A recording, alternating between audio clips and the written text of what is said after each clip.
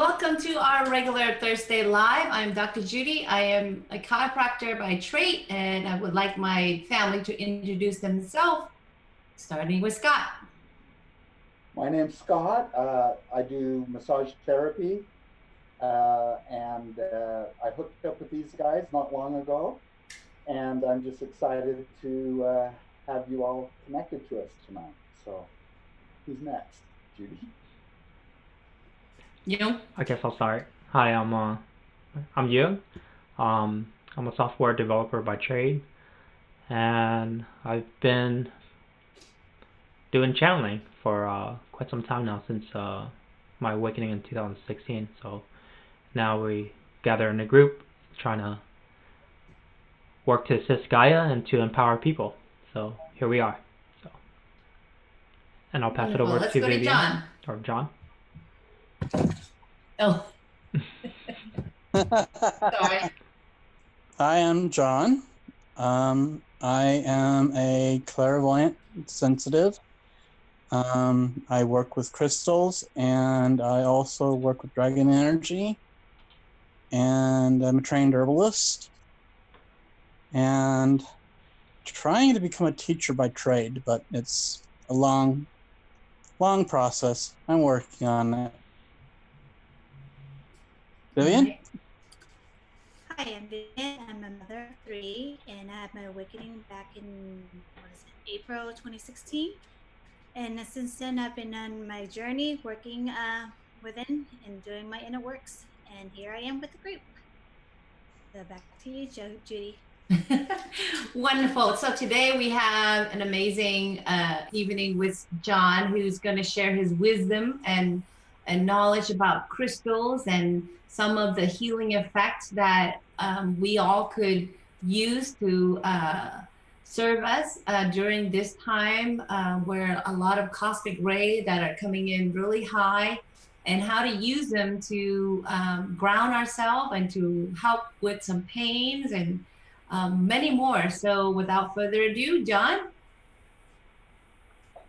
Hello. So starting with a little history, using crystals since day one.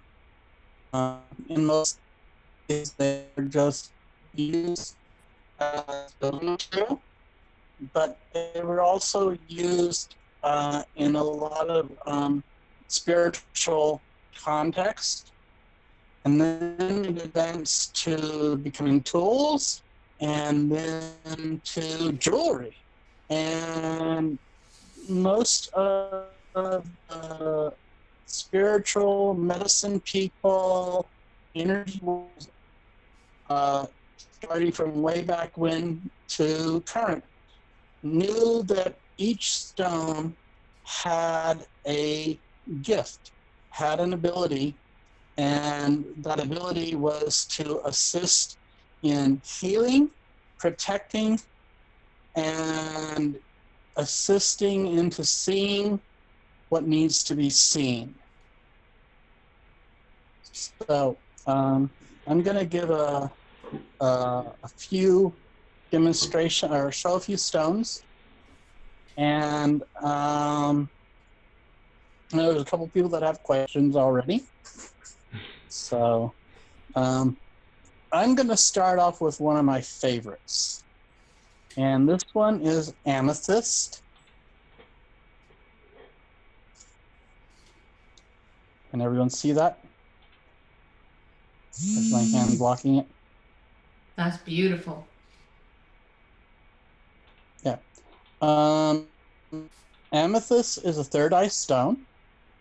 One of its main characteristics is it raises your vibration up high enough that you can see everything that's going around you, all the different vibrations going on around you. But one of my favorite things about amethyst is it dissolves pain. But it's like the old saying of a watched pot never boils. If you are concentrating or paying attention to the amethyst, it's not going to do anything. You ignore it, and that does its magic. It does have some other things, but I'm just picking a couple things to mention on each stone, because if I don't, we'll be going for 3 hours. So, but amethyst, I love having amethyst around me. I've got large pieces all over the house, and it was one of my mom's favorite stones. So, if you have pain and you have one piece of amethyst, place it wherever the pain is and then ignore it. And just see what happens. Each person's a little different. Some people, it's almost instantaneous. Others, it takes a while. But the key is the more you ignore it, the better it works. And that was a cluster, and this is a point. So they come in various shapes, sizes, colors. The Pacific Northwest has an amethyst that's a very pale lavender. Some of the best amethyst comes from South America, and some of the most powerful comes from Indonesia and India. So, another favorite stone of mine. John, Yes. can you share why the stone amethyst from Indonesia is so powerful compared to everywhere else? They do not know. Okay. Some say that it's the heart of Gaia. Oh. And some others say it is the most spiritual place in the world. Oh. Okay. So if you put that in a layman's term, it's where the soul is. So I don't have a lot of information on that myself, but it'd be fun to know a little more. Lovely big piece is known as fluorite. That's a big piece. Fluorite comes in various colors, ranging from clear to green to purple to gold to red to orange to blue. And there are some pieces that are just multicolored. In most cases, it is formed. Unfortunately, mine only has the top point. The bottom point got broke off, but this is an octahedron. Can you see it?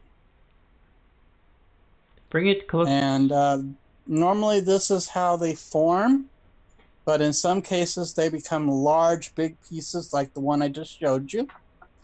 Fluorite is the stone that prioritizes your realities. So what that means is it'll bring the reality that you need right this instant forward. And the moment you're done with that reality, it puts it back in something like a Rolodex and brings the next one forward that you need. It is a purifier stone. And it really helps with brain. So, can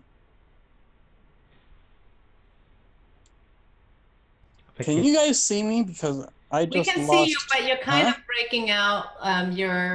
You got your reception's a little low, so it's kind of barely hearing you.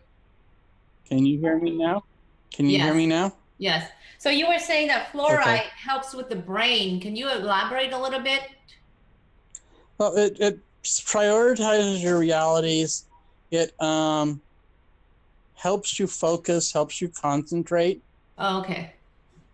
So if there's something that you need to know or need to remember or need to understand, that's what it will do. It'll bring that forward.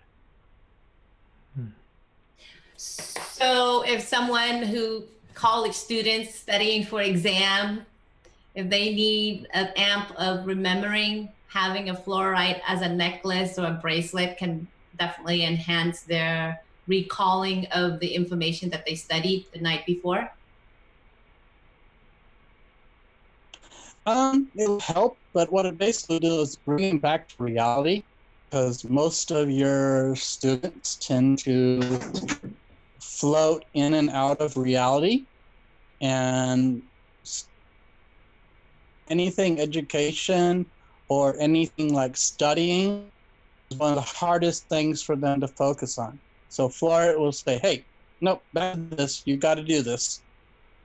And it's really interesting to watch when you give a piece of fluoride to someone who is really flighty or scatterbrained, and all of a sudden they are focusing on certain things, and it's like, oh yeah, I got to do that, and oh, I need to turn that in, and so yeah, it would be a great help.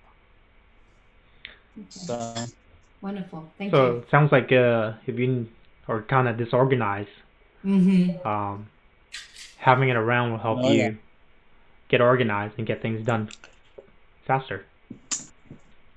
And it radiates really well. So say you're in an office of people that have 20 or 30 projects going on at the same time, and they need to focus on one only, but they keep being pulled to one of the others. If you have that on your desk, it'll radiate out and they will be able to focus on their the project that they're supposed to be doing. And I was actually thinking about you, Yoon, because you are an engineer, and those are the people that usually have more than one project going on at a time. So yeah. But we tend to be pretty focused. we have fun in the office and our workplace, but engineers tend to be they just you can always use a little bit of help. Yeah. You can always use a little bit of help. You know, I actually have patients who work in aeronautic assemblies and whatnot, and I could see how fluoride could definitely benefit their group, you know, in a group setting where their work is being demanded, like, to be done, and certain tasks needed to be complete. Is definitely a great stone to have. No, does that, like, if you wear it all the time, does that burn you out? Because, you know, like, focusing takes a lot of energy. No, it actually recharges you. How does it do that? It's like, How does it do that? Just by its vibration. It is constantly pulsing energetically at a pulse that matches your body. So it's not going to give you more than your body can handle, but it's also going to make sure that you don't drop below what your body needs. And it's like, you know, when you're cramming for a test and all of a sudden your brain starts going down, and almost dead, the fluorite will fill that and go, oh, nope, here. And it'll throw a boost of energy to you. I see. Great. So, thank you. Now, my next favorite stone is this lovely piece. I don't know if you can see the coloring, but it's jasper. And this piece is called pastel jasper because it has all different light colors like mint and lavender and hot pink. And jasper comes in numerous colors ranging from red, brown, green, goes to the pastels. There is poppy jasper. There is rainbow jasper. There are so many varieties. And which one is this again? Huh? Which one is that one? What one? Which type of This jasper is pastel jasper. Pastel. Okay. This is pastel. And what it looks like polished, when you polish it, looks like that. Oh. And it's beautiful stuff. And the Celts would take jasper, they'd make little balls out of them, usually like a bead or something, put it on a leather cord, and then when they make their tea, they would swirl that stone in their tea, and sometimes they do an incantation, sometimes they just put a prayer out, and then they'll drink it, because jasper is a heal-all stone. It assists in healing almost everything. And it is also a very good grounding stone. So if you needed to have 3 stones, that you can only have 3 stones with you, amethyst, fluorite, and jasper would be the 3 that I would suggest. And if you have those stones, do a little experimenting. Carry those stones for a week and see what happens. This is a test that I put on my website for people to try. And I've asked for people to give me feedback, and I've had some feedback, and it's been pretty interesting, some of the results. The next stone, huh? Oh, just saying it's interesting. But it's good. I mean, it's the good next for... stone. Oh, just saying that it's good for people to kind of try it out themselves and see how it feels. Oh, yeah. It would be interesting. And I would love to hear more feedback. I've had a little bit of feedback on this, and I know what it does, and I know what it does with my clients. So the next stone, which I do not have an example of, it's also part of the jasper family, but it's called bloodstone. And bloodstone is usually a green stone with red spots on it. And bloodstone it works on your blood. It will thin it and it will cleanse it. And it'll even revitalize your blood.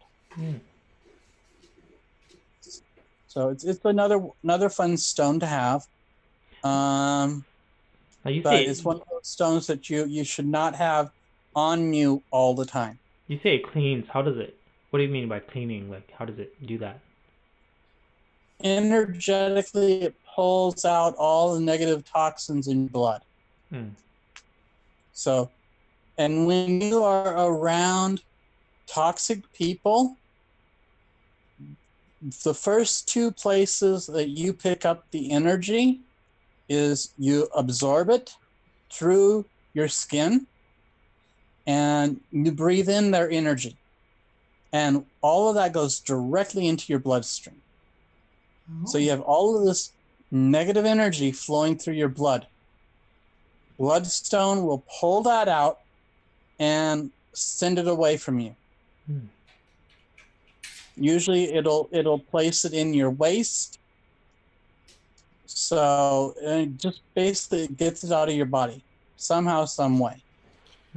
So John, how long would they have to hold the bloodstone, since you say don't have it on for a long time? What's the average hour or time to have it with you? What I meant by days.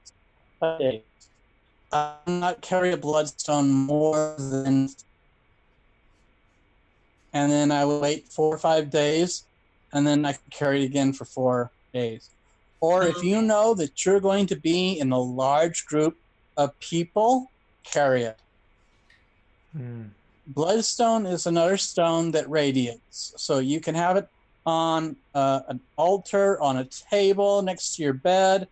You don't have to carry it. It will still do its job.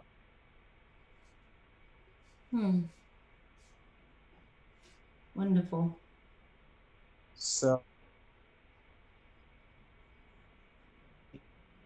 I'm going to go to rose quartz next. You were cutting out there a bit. Rose What did you say? Rose quartz is a heart chakra stone. It assists with self-love and other things that go on with your heart.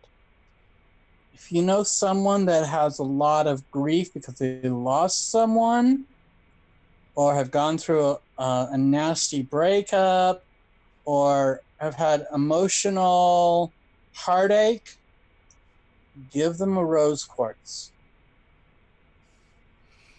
If you know people that have problems with self-esteem or self-worth or self-love, give them a rose quartz. Ideally, if you can find one shaped like a heart, would be best. No, why is that? Is it? Well, because it's shaped like the heart, so it pulsates in a heart energy. So,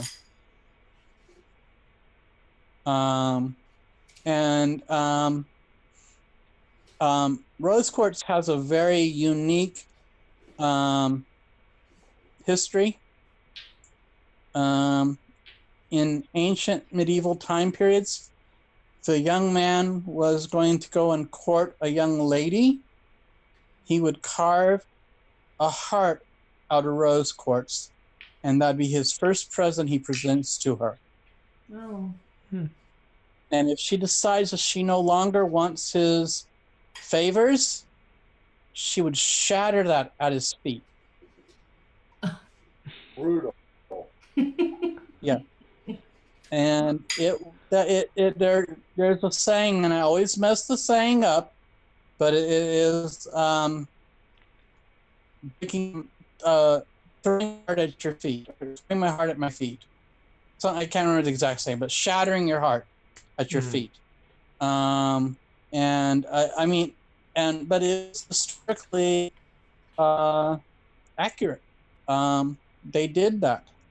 Wow. And usually either the young man went off to war and never came back, or in some cases, they took their life. Because it was a serious thing for them to be in love. So, but it helps with self-love and self-esteem and self-worth. You know, I could see this rose quartz being in every household, because it seems like a lot of people is having that issue of self-love, you know, and self-esteem issues. Yep. And rose quartz is known for pure love. And every blessing that we did in Hawaii, remember I gave you guys a moonstone and rose quartz. That was the reason why. It's like we were there to present love, and so give the tokens. Nice. So another stone that a lot of people should be carrying is moss agate. Moss agate. Or plume agate is another name for it. And it comes in various colors. Unfortunately, I could not find my large one that has 32 different inclusions.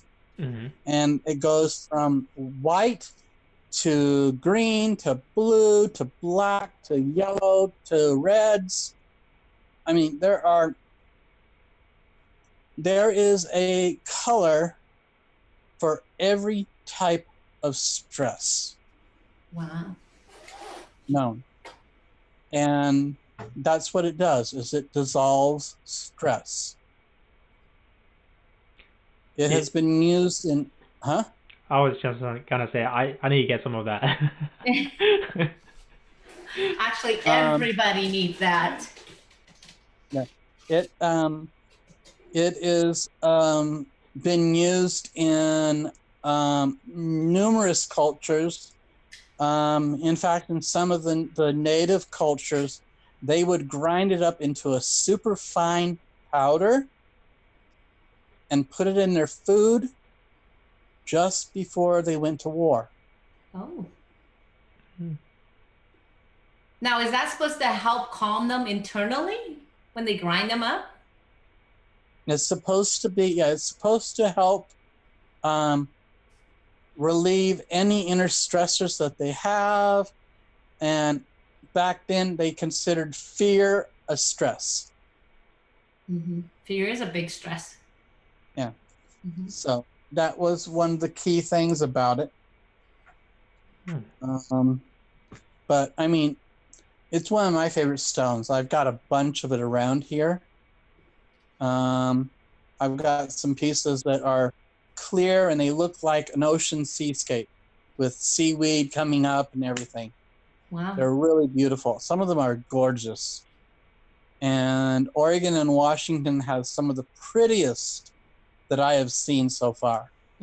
Maybe I'm biased because I'm from the Northwest, but I have seen some from other places, and I still like ours better. So, another stone, and this one is a wonderful stone. It's blue agate. And blue agate comes in various shades of blue, ranging from a light sky blue to almost cobalt blue. And sometimes it has bands in it, and sometimes it doesn't. These pieces don't have banding in them. And I will show you what it looks like polished.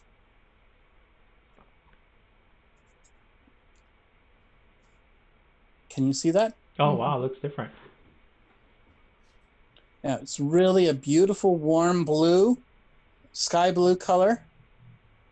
And this is a grounding stone. It is also a focusing stone. And I have used it for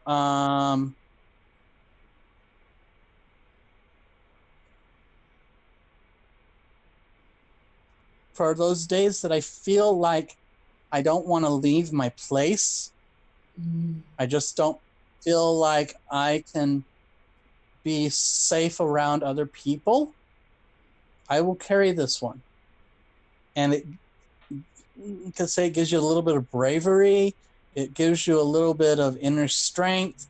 It gives you the patience to deal with people. And it has some other nice healing traits that goes with it too. But I really, there are days that I don't have anxiety, but there are days that I get anxious. And if I have a piece of the blue agate in my hands, it goes away. It's wonderful. So it helps with anxiety and brings courage. Yep.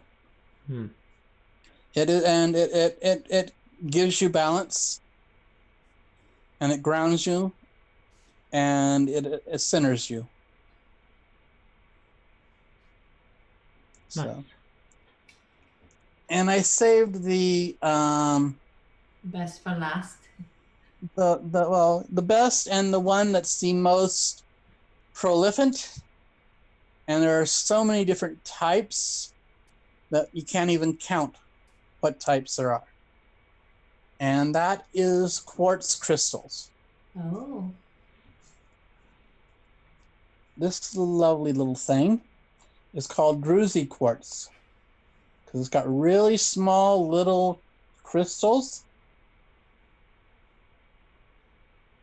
And this one is just throws a lot of, when the light hits it just right, it throws a lot of little prisms. Mm.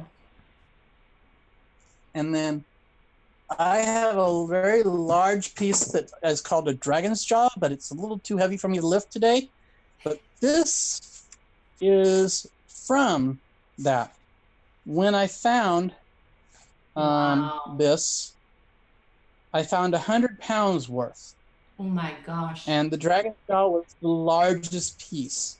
And it's about a foot long, about 8.5 inches tall, and about 6 inches wide. Holy cow. And it's basically the crystals. We got one set of crystals going this way, and then you have another set of crystals going that way. So it's like it forms a jaw. Oh wow, pretty cool. Mm-hmm. Scott So- has a small version of the jaw. I got one right here. Yep. And that's part of the family of the dragon jaw right there. Yep. Yep. And then I have this lovely little creature. Yeah. Thank you, Scott. And That's this awesome. is opalized, but this lovely little creature is one that I use for scrying. And what is and- that, John? This is quartz, Oh, okay. Clear quartz. clear quartz. This is a quartz point. Now, quartz have each type of quartz has a different purpose it does. You have some that are batteries, some that are recorders, some that assist in clearing out negativity, some that you use for scrying. And what's really interesting about quartz crystals is if you have say you have like 4 or 5 that are recorders, a couple of them are going to get really, really irritated, and they'll change their whole cosmetics to something else. Hmm. So what caused them to So, be yeah. irritated, John? They like being originals. They don't like being grouped with others like them. So, like I said, you have five that are recorders. Well, they don't want to be next to each other. Mm. So they're gonna deliberately change themselves. Don't ask me how that works, but I've been told that it's really interesting when you pick one up and it used to be a recorder and now it is a battery. Huh. And what I mean by battery is it stores metaphysical energy in it. So the metaphysical energy, is that for the person to tap into if they need energy of positive light? Yes. Or if they need to take energy from one place and bring it to another place. Oh. Yeah. So how do you determine which quartz is a battery, which quartz is a recorder?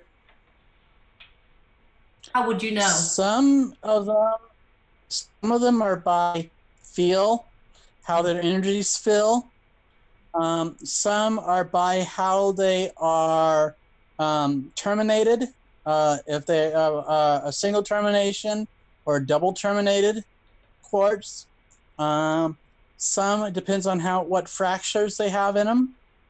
Mm. So for beginner, so there's a lot of different factors. For a beginner, that's not a stone for them. Mm. If you want a quartz crystal, and you want it for a specific thing, put that in your head and go to where someone has quartz crystals out and put your hand over each one and see which one responds to you. Mm. And what I mean by that is, do you feel some heat coming off it? Do you feel some cold coming off it? Is there a hum that you hear? Do things get sharper for you? I mean, you pay attention to your body. Your body is going to tell you what's going on with the stone. And if you feel something on the stone but you're not sure, pick it up, put it next to your heart, and then again say, this is what I need you for. Are you that stone? And listen to your body and see what it says to you. Now, I've had crystals that have bit me because I'm not supposed to have been handling them. And what I mean by biting is like an electrical shock. In fact, I had one that the guy who I've been buying stones from for years at the gym show, he actually saw a flash of light. And I literally threw the stone. Oh. And I had a little red spot in my hand. And he took tissue, picked it up, and put it away. And at last I knew, he still has that one somewhere. Oh. Wow. So yeah, what's the? If stones are not right for you, they will let you know. Some cases, is like I said, they may bite you, or they may shatter on you. I mean, I've seen all different things. I've seen stones turn black. Now, is it just like a reaction because of your energetic field, or is it kind of like it's just a personality, a consciousness Basically, that they're making that decision? what it's saying is they're basically stating, you don't need me. And they're basically telling you to keep looking. So it's not of like ill intent from the crystals, right? That they'll bite you or send electrical shock to you. Well, it's not always. I mean, in some cases, I've had a woman who picked one up and she heard a choir sing.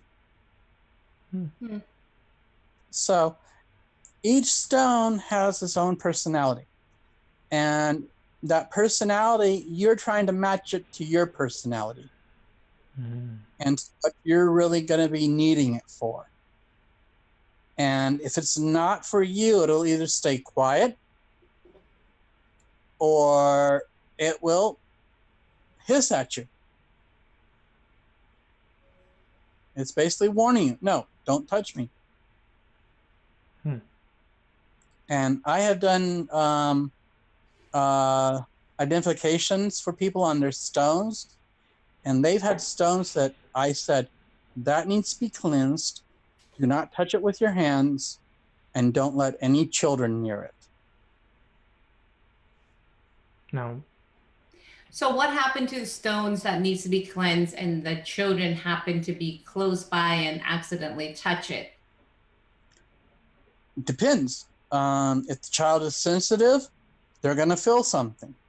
And depending on the age of the child, it'll be something emotional.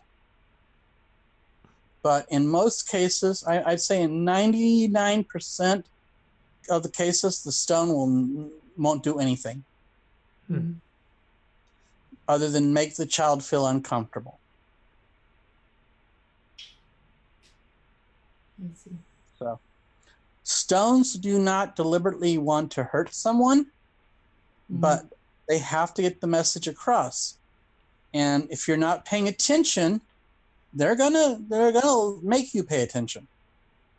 They are, even though that there are people that will dispute this, they are a living entity. It has been proven that the stones have a pulse, and that pulse matches a body organ So like rose quartz is for the heart. It has the same pulse a heart house, same wavelength a heart house. Fluorite is for the brain. Same thing. It has the same brainwave patterns. Wow. And they've been doing all kinds of tests with stones for a long time. More in Europe than here. There are some scientists here that are finally jumping on the bandwagon about it, but they're 10, 20 years behind everyone in Europe and in Asia.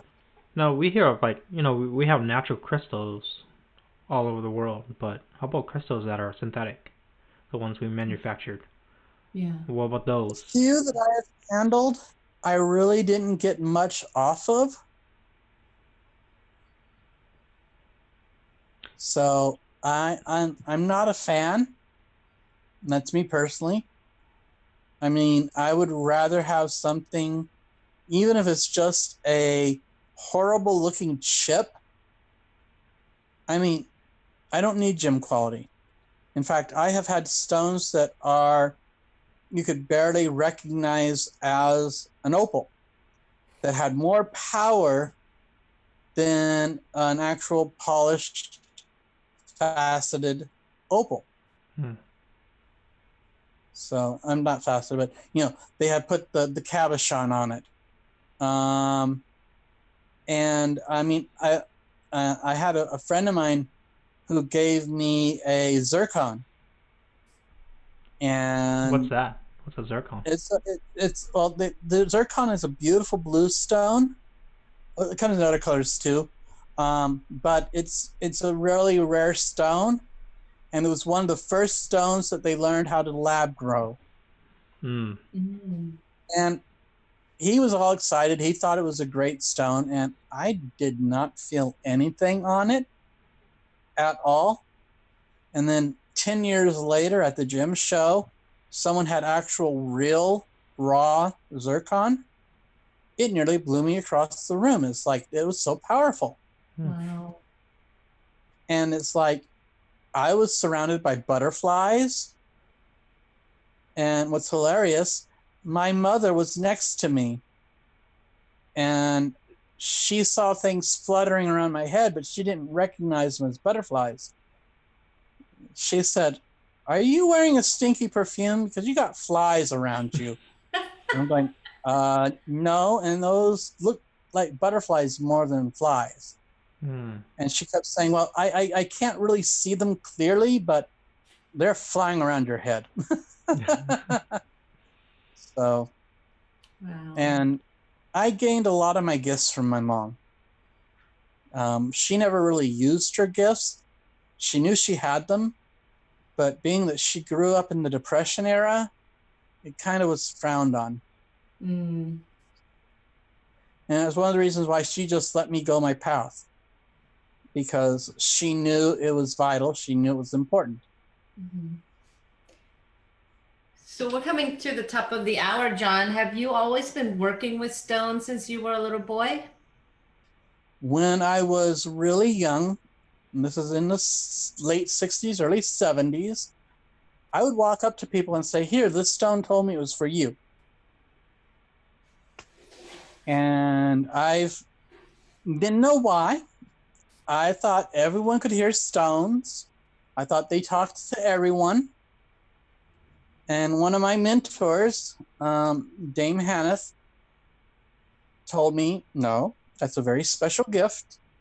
And even though she didn't have much of a gift of it, she taught me what she knew. And it got me thirsty for more. And I learned from every book I could find. I learned from people that I knew that worked with crystal healing. And there are some out there that I really think are very good at what they do. And then there are others that scare me really badly. Like what? Can you give an example of what would scare you? There is, I'm not going to say her name because I don't want to get hit with any slander. Yeah. But There is a woman who wrote a book, and her book was mainly aimed at adults for love and sex magic. But there were people that were using these stones in those formations on their children. So yeah. And what would happen if? It's quite frightening. Well, some of them were to heighten ecstasy. Some are designed to prolong lust. Things like this. And she actually wrote in her book that these are for lovers and are not to be used with children. But there are people that were using her book as a Bible. Oh. And another thing is that some of her information didn't match any other source. When I work with a stone, a new stone especially, I try to find information on at least 3 different source materials. And if I can find the same information in those 3 source materials, or at least fractional parts of that, then I'll go, okay, this can do that. So you cross-reference check your yes stuff. And that goes for anything: stones, herbs, chants, anything. Do the research, cross-reference, make sure that it's not something that was fabricated. And then there are some people like me that have worked with stones, and I will say, now this is something that I have discovered about this stone. So if, say, Judy, you had a piece of blue tourmaline, and all of a sudden you discovered that it helped with your third eye opening. And you go looking for research and you find that there's nowhere else written about that happening.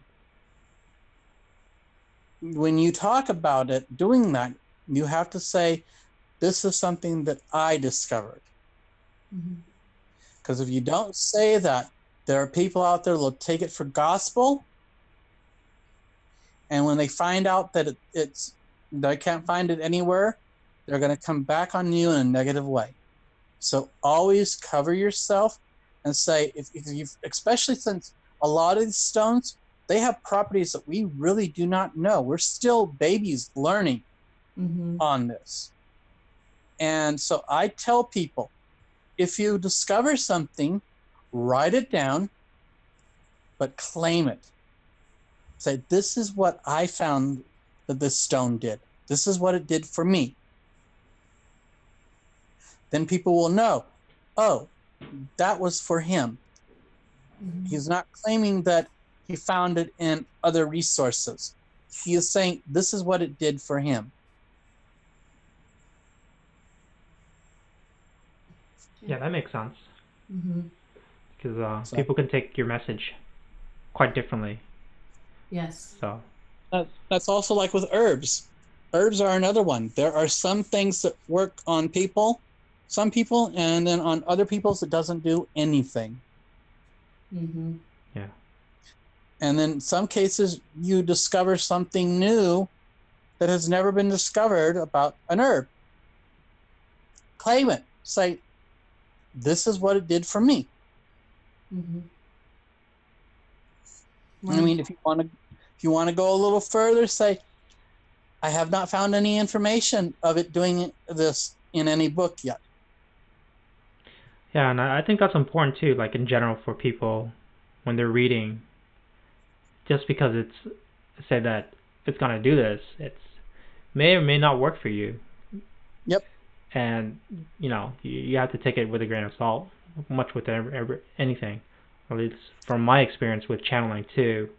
Watch a lot of YouTube, read a lot of books, but I have my own experience of connection too, that other people haven't had that same experience when they started connecting. So each of us are unique. And some things will work on us and some things won't. And some things will do completely something unexpected. And the thing about people nowadays is if you don't put those disclaimers in, they will happily come and hunt you down. Yeah. So put the disclaimer in. This is what it did for me. And I mean, like and I also wanted to point out that for those who are dabbling in this or and pretty much in any topics or any fields, keep an open mind about other people's experience. If it doesn't work for you, it doesn't mean that it doesn't work. Just keep trying. Try different modalities, It's not techniques. what's right for you. Yeah. Just stay And open-minded, because when you have that open mindset, then you can find more possibilities will come to you. Yeah. there is over 10 million different gems and minerals out there. Mm. And some of them do the same things. And maybe one of them's not right for you. Well, try one of the others that's in the list. It's like bloodstone is great for your blood, but if you are a hemophilia or if you already have thin blood, I wouldn't mess with it. Jasper would be better for you. Now, since you brought this situation up, we're coming into the top of the hour. Are there any questions that our viewers have that we can answer? Or I know Scott has a question.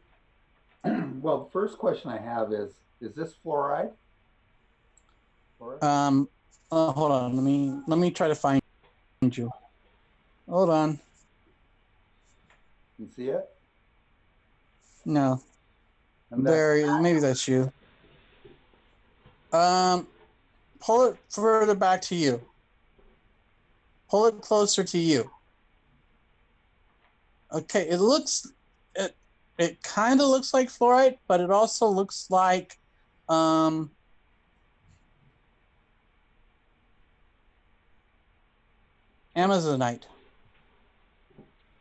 Does it look like it's got a geometric shape to it? Yeah.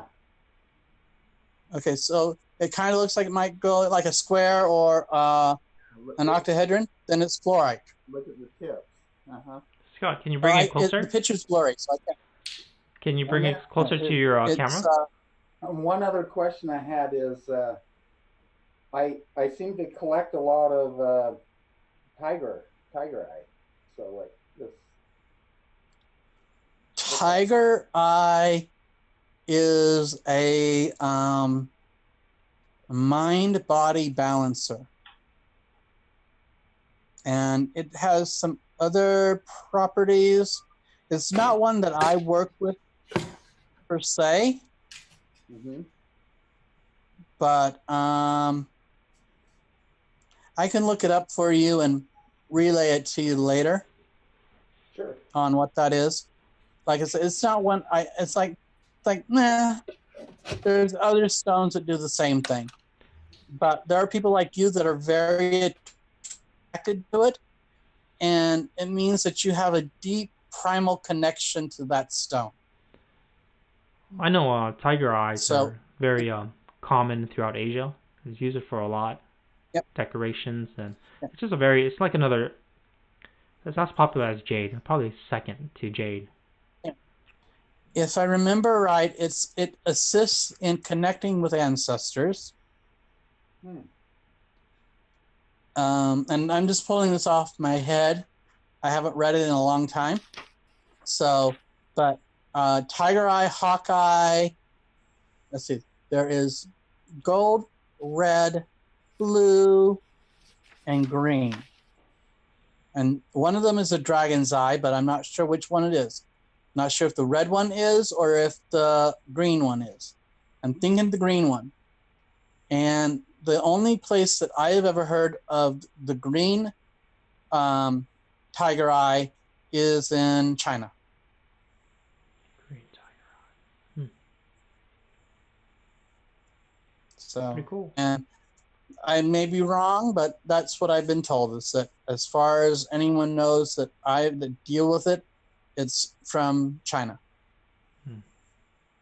So, but I have a feeling there are stones that we can find everywhere that kind of look like each other, and I call them cousins because, well, it looks like it could be tiger eyes. It's just patterned differently, and the color's different, but it still kind of has that effect like tiger's eye has.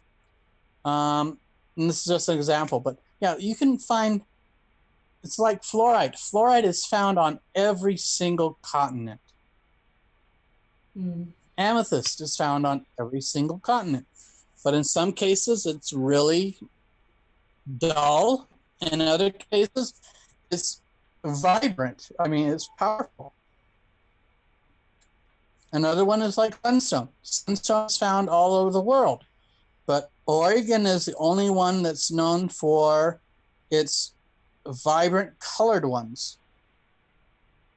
Wonderful. And is there any other question there, So, Are you able to see? Sorry, Judy, what you were saying again? Were you able to see if there's any other questions from the viewers? I don't see any. Okay. But I got one for you. We talk a lot about stones, and from Hawaii, I noticed volcanoes. Like there's products coming out that they take volcano stones, they compress it, and it has a high concentration of like radiation that's coming out of it. Actually produces a certain amount of small isotopes. That it actually emits it. So if you have like a was it like those detectors for nuclear like radiation type of thing, it actually can go off of it. But besides the point that they're selling these products to help you with like EMF and electromagnetic field radiations to prevent that. But in terms of the compound itself, these are actually rock stones. Have you ever worked with it? And if so, or if not, do you know any more insight onto volcano stones? Almost any gemstone that has come out of volcano is radioactive. Some are very low leveled so that we can handle them. Amethyst, quartz, all of these have some of the geodes. Oh, I guess he cut off. Oh, there he is, back on again. I'm back. Are shot out of volcanoes like round balls, like cannonballs, but they don't have the crystals formed inside. They have the minerals and the radiation. And over a period of time, they'll grow those crystals inside these geodes. So it's like, there has been a couple of people who have cracked one open, and they had a Geiger counter at the same time, and the burst of energy that came out of that geode red lined the needle. Wow. And then dropped it back down to a safe level. But the moment they cracked that open, it just shot it to the red. Wow. Some people can handle these stones regularly, and others need that are sensitive should not, because they could be affected. Yeah. So for those viewers out there, be cautious. Where you source your rock. Peridot is very radioactive. Excuse me, my battery's about to die. And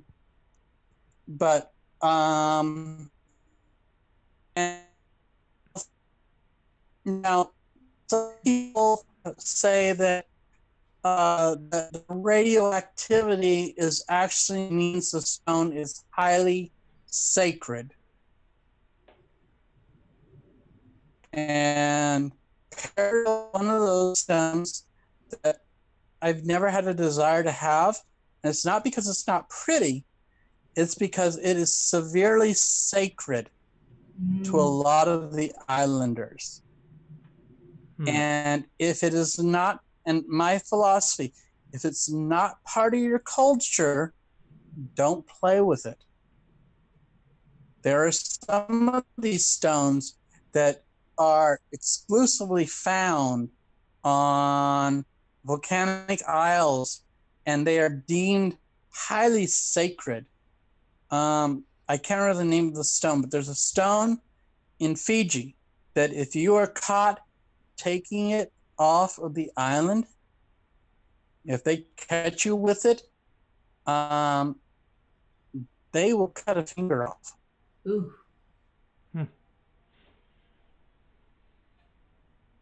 They're at least nice. They used to cut off a whole hand, but now they just cut off a finger. And it's a reminder that you're taking something extremely sacred from a sacred land. It's why you're always supposed to ask. But even then, it's like, I just would rather play it safe. And there's some stones I will never, and I'm comfortable with that. I will never be able to use them because they're not for me.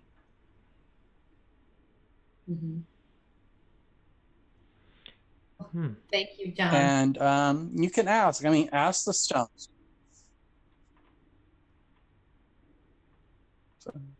Well, I think we're up in hours already. Hopefully that was helpful.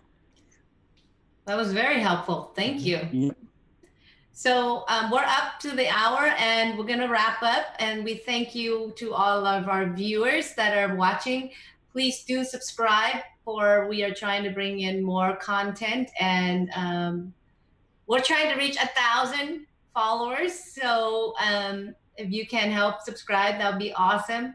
And also, we want to give John the opportunity to share his information. John is a great teacher when it comes to crystals. And John, you want to provide your information for us?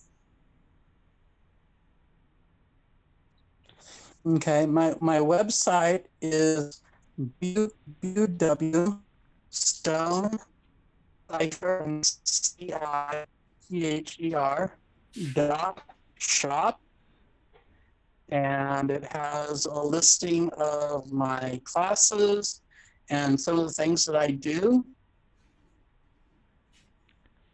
So for those, John is breaking out. Yeah. So for those who couldn't hear him, his connection is kind of quite low.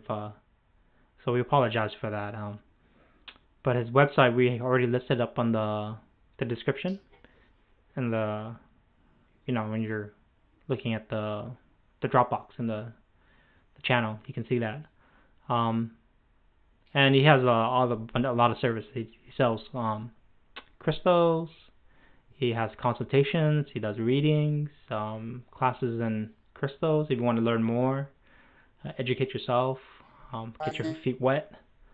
And also he has dragon classes because he's quite versed in a lot of knowledge of dragons. So it can, there's classes for that too. So yeah. So if you want to check it out, please go to his site. It's called, I believe it's www.stonecipher.shop. So SHOP. So yeah, so we kind of just cover a little bit for you because you were dropping out, John. I think you were there, right? Yeah, at least it just now starting to do that. I didn't do it through the whole thing. Yeah. Yeah, so you're becoming static, but we did provide your information. And you also offering a special going on till this weekend, right, for reading? Until Sunday, yes. I'm doing readings for $50. I normally charge $70 an hour, or $75 an hour. And I'm doing a special For $50 an hour, I will do a clairvoyant reading for you. Yeah, so check it out. And if you can't reach him, just send him an email address. I think it's already on the description as well. I know his website, there's certain spots of it's hard to click and pay, so it's not as smooth, but we'll work that out later on. But if you have difficulty, just shoot him an email. That's probably your best bet too. So yeah, so I think we're up in the hour. If we'll just go around and see if there's any, any last questions or anything before we head out. So I'll start with Judy, and we'll just go around the table. I'm good. Scott, do you have anything else left you want to mention? I got it. Let's do one in an hour. And John, if your connection's okay, you're not breaking up. I'm fine. I got everything out. Okay, and Vivian? I'm good. Okay, great. So, yeah, that's kind of wrapping it up for us for today. But please do hit the subscribe button. That would really help us to bring awareness out. And yeah, and do also check out our website, www.radiateup.com or .org. We have both domain names. And we're continuing to update the sites with new services, and hopefully soon to get the consultations and all that cool stuff.